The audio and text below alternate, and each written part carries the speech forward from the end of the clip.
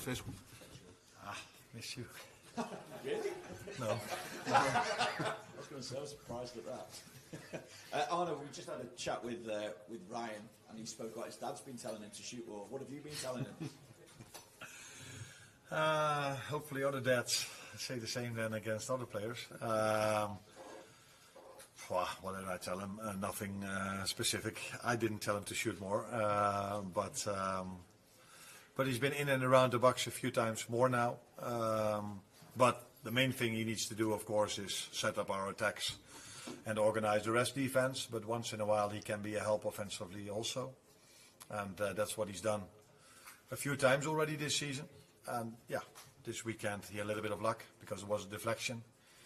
Because if Ryan has to shoot with his left, I wonder if his dad tells him to shoot with his left. But the deflection meant that it led to a goal. What update can you give us at the moment on Isak, Frimpong and Alisson and their respective recoveries? That they're all three not available for tomorrow. Any timescale as yet? Jeremy and Alisson will both also be not available for Sunday. And with Alex, we have to wait and see. Definitely not starting on Sunday, but Sunday, yeah. But maybe he can be involved in the squad, but he's still not training with the team, so we have to wait and see. After the win over Villa, how pivotal a moment could this be in the season, do you think? Obviously with Real Madrid to come and a place in the top 8 at stake, but also the fact that you've got Manchester City, and whether that comes into any of your thinking ahead of this game against Real Madrid. No, the Sunday game is not in my thinking when it comes to the lineup for tomorrow, because there are, I think, 4 days in between, where we've had a lot of moments this season where there were only 2 days in between, like tomorrow, but that is maybe for the first time this season. For the opponent we face, it's the same. So many other times when we only had 2 days rest, we faced a team that had a week rest or 3 days rest or 4 days rest. So for tomorrow, that's exactly the same for both teams.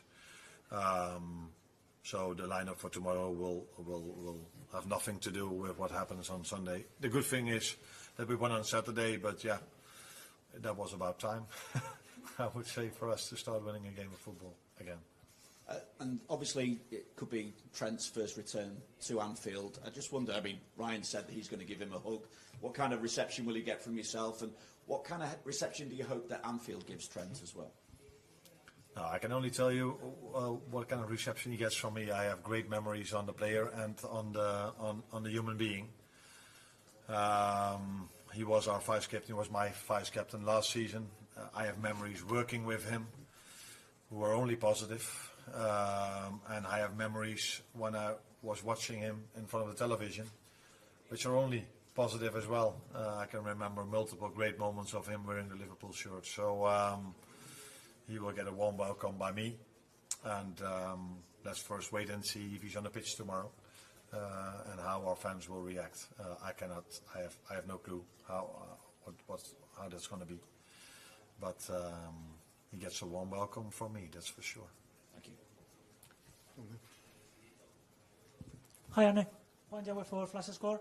Of course it has been a very tough period for the club and the team. I would like to ask you if you could send a message to the Liverpool fans after all the defeats in the last weeks and the win against Aston Villa last Saturday. It would be a message of hope, it would be a message of patience, it would be an apology. What would you like to say to the Liverpool fans? Thank you. You already gave a lot of answers in your question, but I can say to them, show up tomorrow and help us again like you did Saturday. So they were a big help for the team, and again tomorrow we face a team that is on a great run of form, like Villa was as well, and then it's always very pleasant to play at home, because in the run of form we had, we almost only played away games. Yeah, I think Anfield showed Saturday how important they can be for the team. So let's hope the players and the team and the fans can do the same tomorrow evening. Rich. Hi Arne, you've got the same 2 fixtures back to back as you had last season with Real and Manchester City. I mean, you obviously won them both last year. Is it a kind of test for where you are as a team now to have those 2 games again? every game we play is a test, especially because we are a new team. It's not the same because last season we played them both at home, and now one of them is away. It's not the same because last season we faced Real Madrid, who had many injuries, and now they haven't. It's not the same because last season we were a different team than we are now. We're with them. When now all the injuries are back, they have the same squad and added a few. And City made a few changes like us as well. So, but every game we play at this moment of time, oh, by the way, every single time is always a test to see where we are. And that was a week ago, 2 weeks ago, and that's this week. Hola Arne, aquí Hi, José Arne. Padilla, de Defensa Central, en español. El otro día Spanish. dijo una leyenda The de other aquí de day, a Steven Gerrard legend, que se Steven espera que Gerrard el said, Liverpool o la "You afición need espera to que wait gane ese partido contra el because Real Madrid. ¿Tú no crees que Liverpool es will más win ponerle this presión game al against equipo Real Madrid? Does that sabiendo que not el Real Madrid al put final more será de pressure Europa y que on lo the team, normal es no given ganar? how important and how big a team Real Madrid are in Europe? Steven Gerrard's comments that he said that they expect, be patient, we can expect Liverpool to beat Real Madrid. That's what he says. I always find it really hard to react on if you say what someone else said, because it wouldn't be the first time in my life if someone changes a few words. This has happened by me a lot of times when media goes to different managers and then say something what I supposed to have said. So I don't know what Steven exactly said. He's a big fan of Liverpool. He's a big fan of the current team, and he wants us to win. But I have no clue what he exactly said. To what you are saying, yes, we are facing a very good team that has been so successful in Europe for so many years, and are so successful again this season.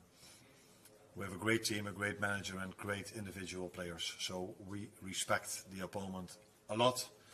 Like Steven Gerrard does, I'm 100% sure that he rates Real Madrid very high as well, but he also rates Liverpool very high. And I'm not going to comment on what you said he said, because I'm not 100% sure if that is exactly what he said. There's in front. Hola, entrenador, en español. In Spanish, please. Te quiero preguntar Can I qué ask you, cambios principales what ha principal detectado en el changes Real have Madrid you seen in a la Real hora de Madrid preparar el partido, entre la this versión, entre lo que se encontró el based año on pasado, the más allá de version las that you lesiones, saw el last tipo de season, equipo que era el Madrid el año the pasado team that they were last y lo que season, espera encontrarse and what you mañana? expect to Gracias. find tomorrow on the pitch? For me, it's hard to compare them this game with last season. I just said it already, because last season when they played here, they had many injuries, and now they haven't, and they kept a lot of the team the same. I see a lot of similarities between last season. Xavi is doing an incredible job at Madrid, but Carlo Ancelotti did the same. He won a lot. They've added a few new players, so that can always influence playing style maybe a little, but I saw last season a very good Real Madrid, and I see that now as well. So they've always been in this competition a big force. I think 15 times semi-finals in the last. I don't even know how many semi-finals or more they've played in the last few years. So very good team, but we are a very good team as well. Hola Arne, en español, aquí Nico Díaz Menéndez para Televisión Española. Quería preguntarte por cómo Xabi Alonso ha conseguido que todo el equipo defienda, incluso los jugadores más ofensivos, los más talentosos, cómo lo valoras tú como entrenador, y sobre su legado aquí en Liverpool, aunque tú no estabas cuando fue jugador, ¿en qué notas tú en el día a día que ha dejado un legado Xabi Alonso aquí en Liverpool? And what type of legacy do you think Xabi Alonso has left here at Liverpool? The first question you shouldn't ask me. You should ask him, because I don't know what he did. And like I said, they were for multiple years with Carlo Ancelotti very successful. You can tell me how many Champions League did Carlo won over there at Madrid? 4. That's not too bad. So we can only talk with a lot of respect about his period over there. And Xabi now does very well. They only lost one game, won the rest. So the second question was what kind of impact he had over here. Yeah, he won the Champions League over here, and I can only tell you, because his playing time is quite a long time ago, but I did watch football back then, that he's been very influential in the way he played. But people like Tony, who's sitting next to me, are also very positive about the human being he was over here. So I think everybody talks with a lot of respect about the player he was, but also about the human being he was here in Liverpool. Hi, Arne. We've seen Dominic Szoboszlai excel in plenty of positions this season, but on Saturday against Aston Villa, we saw what he can really bring to that number 10 position. He was dropping deep and helping with the build-up, but also helping in attack, getting shots off and leading the press. I wondered, what's the key to being able to keep those qualities within the team when Florian Wirtz is playing as a number 10? How to keep, sorry, the last? How to keep those qualities of pressing, helping with the build-up, but also affecting the attacking game once Florian Wirtz is playing in 10. But then he plays in a different position. If Florian plays, then he plays in a different position, and he can bring all the things you just said in that other position. Yeah, it may be a bit different if you are playing at 10 or at 8 or at a right fullback, but he's, like you said, I think, has been very influential in every game we've played, in every position I've played him. So every game, maybe, how do I say this? Ask different things from a number 10 or from a number 2 or from a number 8, depends on the playing style of the opponent. How important is pressing in a game? I think it was a bit more important against Villa than all the other home games we've played, pressing. But I need to be really careful which words I use. But yeah, he indeed, I agree with you that he played a good game against Villa. Yeah. Just on Florian, obviously he's in the league, I think it's 3 of the last 4 he's started on the bench and come on as a substitute, but it feels like this competition has been where he's maybe played his best football this season. How important is it for him to get a run of games in the Champions League as he sort of tries to find his feet at Liverpool? Yeah, but you can say he started 1 out of the last 4. You can also say he started already 8, 9, 10, 11 games this season. So I've said this quite a lot, not being used as an excuse, but just tell how it is, that many times we've had to play 3 games in 7 days, or only 2 days rest in between, for a player that comes from a different league, which is a very good league, by the way. But I think 9 out of 10 people would agree on the fact that the Premier League is a bit more intense, especially in all the games. In the top games are similar, but in all the games. So yeah, then if you look at that, then he already played a lot, and he's had his impact in many games, but has been unlucky with the end product, either by himself or by his teammates. But for me, he exactly brought what we expected, a player that can create a lot for the team, will have his goals as well. But I don't think it comes to a surprise to anyone that if you are 22, 23, you come from a different league, that you might need some time to adjust to that intensity if you play every 3 days, with only 2 days rest in between. I think before I was sitting here, Ryan Gravenberch was sitting here, and it took him a while to adjust to the intensity, maybe even longer than it's going to take Florian. Lewis, two more, Lewis.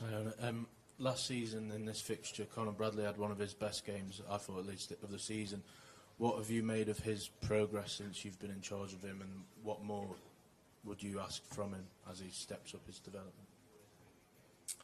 Stay fit, because he played very good in that game, unfortunately for 80 minutes, and then he went out with an hamstring injury. So that has been his biggest challenge till now. No, we were just talking about Florian. We could put maybe the same on Con. Be able to play every 3 days on this intensity without getting injured, and that's not been easy for him because he missed a big part of pre-season. And he's been unlucky maybe by the fact that when I started him, a few times we were 1-0 down, And then I thought I had to make an offensive substitution, so I brought Dominic Szoboszlai to the fullback position. But when we were a goal up, he played 90 minutes, and that was against Everton, and that was this Saturday. So I think he's progressing. He's getting fitter and fitter. He's showing the potential he has. But the main thing for him will be being able to play every 3 days without getting injured. And then I'm sure, like Florian and like all the others we have who are adjusting at this moment of time to the program, to the fixture list, that all of them will be fine. Because we have unbelievable talent in this group. Last one here. ¿Qué tal, entrenador? En español, José Luis Allegue de Marca. Quería preguntarle por Vinicius. No sé si tuvo la oportunidad de ver el clásico entre el Madrid y el Barcelona, cuando cambian a Vinicius, que se marcha muy enfadado de un partido pues tan importante, ¿no? Quería preguntarle a usted como entrenador qué le parece esa actitud y qué le parece también Vinicius como jugador, ¿no? Que le ha marcado 5 goles ya al Liverpool.